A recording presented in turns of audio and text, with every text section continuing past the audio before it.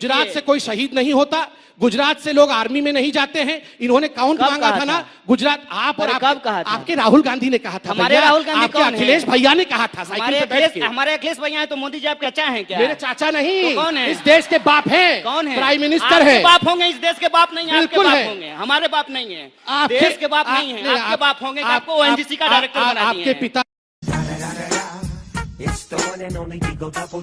वो जो है, जो मुद्दा आपने उठाया था माननीय मोदी जी ने करप्शन का, कि ये लोग बहुत करप्ट लोग हैं, इनको सत्ता से हटाइए, हमको सत्ता में लाइए, हम जो है काला धन वापस लेकर के आएंगे। आया। और क्या कहे थे कि हम 2 करोड़ जो है रोजगार पैदा करेंगे, मिला नहीं। अगर मेरी जाति का फायदा तो उठता ही, हम लोग सबको उठाए। मेरा रूपा झा है तो कई जगह पे हमको पता है कि मेरे उस झा से हमको फायदा उठा होगा। नुकसान? हाँ? महिला होने का नुकसान? महिला होने का नुकसान नहीं। आप 10 बजे, 1 मिनट, 10 बजे रात को जब आप दिल्ली में निकलेंगे तो जो मनचले होते हैं आपका नाम सुन करके रूपा झा है, आपको छोड़ देंगे? नहीं, वो बात वो नहीं है।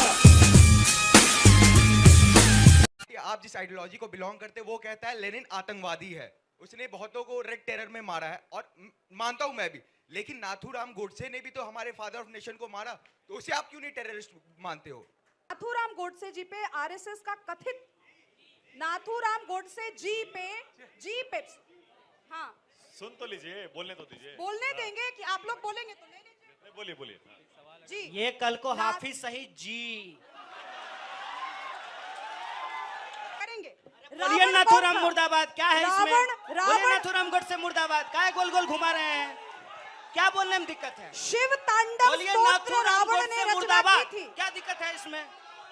है मुर्दाबाद है, इसमें क्या दिक्कत है? गोल गोल घुमा रहे हैं। जैसे हिंदुस्तान जिंदाबाद है, जैसे कन्हैया की भारत माता बात की सुनिए, जय यही है, narrative चला वैसे है, नाथूराम गोडसे मुर्दाबाद है। बोलिए इसको। चुप। नाथूराम गोडसे जी हो या कोई भी व्यक्ति हो, हर व्यक्ति का एक लेड पर्सनालिटी होता है। अगर उन्होंने महात्मा गांधी का उन्होंने मर्डर किया है, उस पर आरएसएस का कथित बयान है, आप जाकर के पढ़िए उसको, भर्त्सना करते हुए उसको। जी और अगर याद रहेगा, अगर हत्या की है और नाथूराम गोडसे जी, इतिहास याद रखेगा सुपस्टार जी, ये गद्दारी है। इसको कहते हैं देश के साथ गद्दारी। मोदी जी की बात किया, योगी जी का बात किया, कहीं पे भी राहुल गांधी का बात नहीं किया।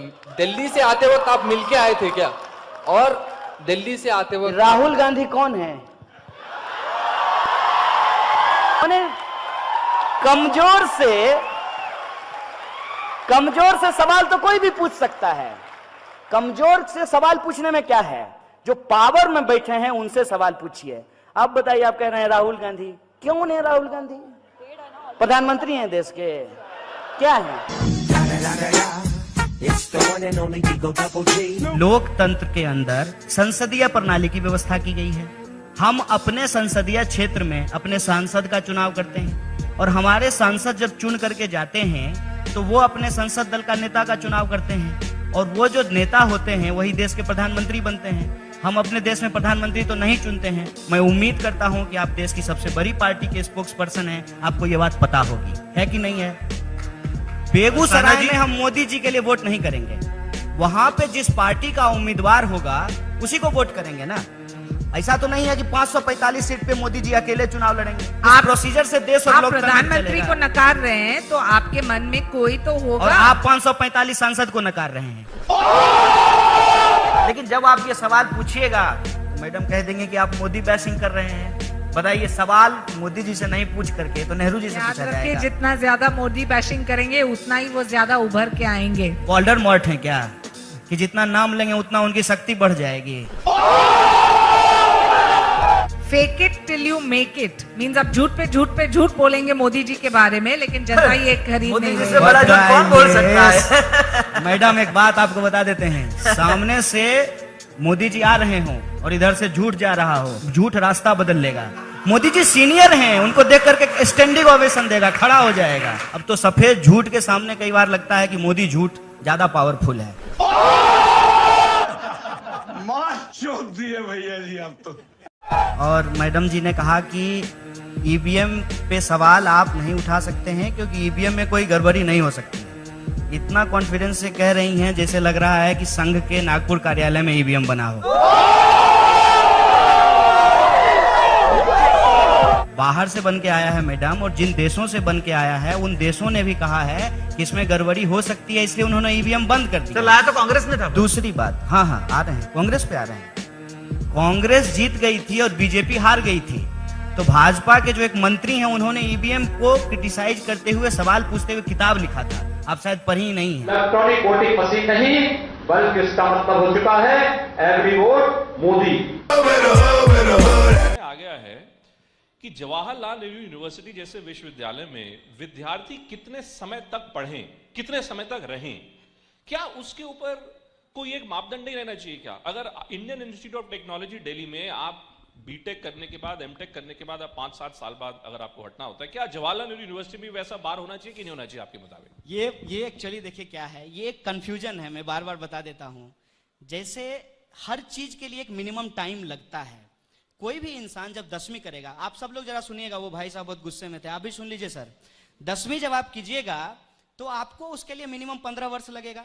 10वीं से जब आप 12वीं कीजिएगा तो 17 वर्ष लगेगा, और जब आप ग्रेजुएशन कंप्लीट करेंगे तो 20 वर्ष होगा, एमए करेंगे तो 22 वर्ष होगा, एमफिल करेंगे तो 24 वर्ष होगा, और पीएचडी करने में अगर मिनिमम भी 3 साल लगेगा तो 27 साल होगा। भैया हम कोई ज्यादा समय नहीं ले रहे हैं, ये तो सरकार ने ही मानदंड तय किए हैं, उसी के हिसाब से पढ़ रहे हैं, उसी के हिसाब से पीएचडी कर रहे हैं।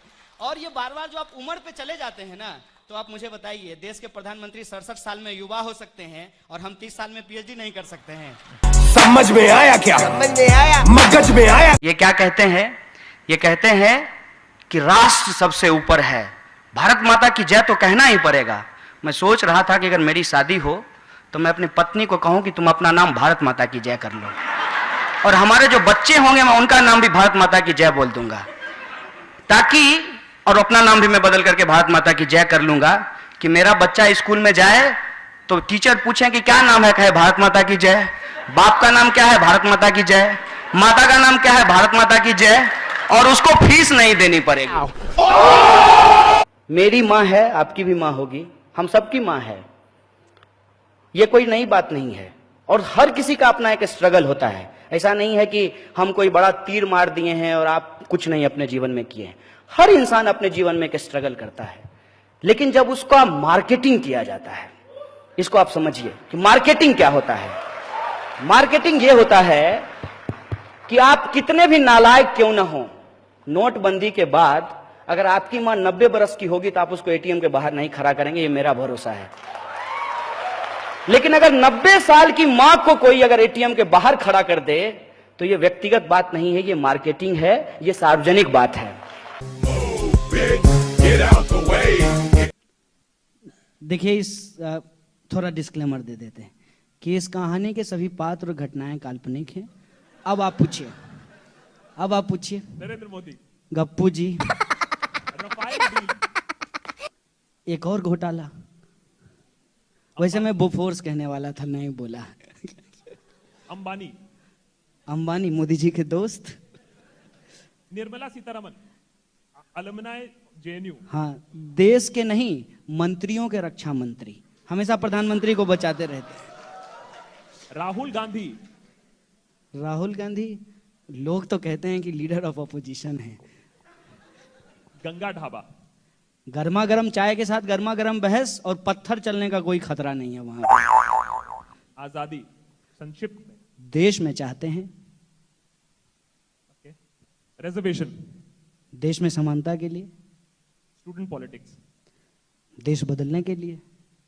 स्मृति Irani, Manu Smriti Irani, the favourite word. You have nothing to lose but your chance. क्रांति, हम करेंगे मिल करके आपके साथ, सब लोगों के साथ। आपका फेवरेट अर्नब गोस्वामी। क्रांति का बहुत बड़ा दुश्मन, भोंपू you can say. Amit Shah, भोंपू के बहुत अच्छे रखवाले। फाइनल वर्ड, जुमला, नरेंद्र मोदी। आँख बंद नाक बंद, खोटा खोटा बात बंद, बनना है तो बाप बंद। ऐसे ही मजाक की बात है, और मजाक के बाद में एक बात और बता दूं। एक बार ये जोक है, बहुत मशहूर है, पटना के जितने भी रंगकर्मी हैं और पॉलिटिकल एक्टिविस्ट हैं, सोशल एक्टिविस्ट हैं, वो जानते हैं। एक बार लिखा जा रहा था वॉल राइटिंग पे कि पीएम चोर है। पुलिस आकर के पूछी गए, मिटाओ इसको, क्या लिखा है पीएम चोर है? तो बोला ये थोड़ी लिखे हैं कि हमारा पीएम चोर है। तब पुलिस वाला कहा कि हमको बुर्बक समझते हो, हमको नहीं मालूम है कि कहाँ का पीएम चोर है। जेब में था चिल्लर, साथ वाले किल्लर, काम करे कांड वाले लाइव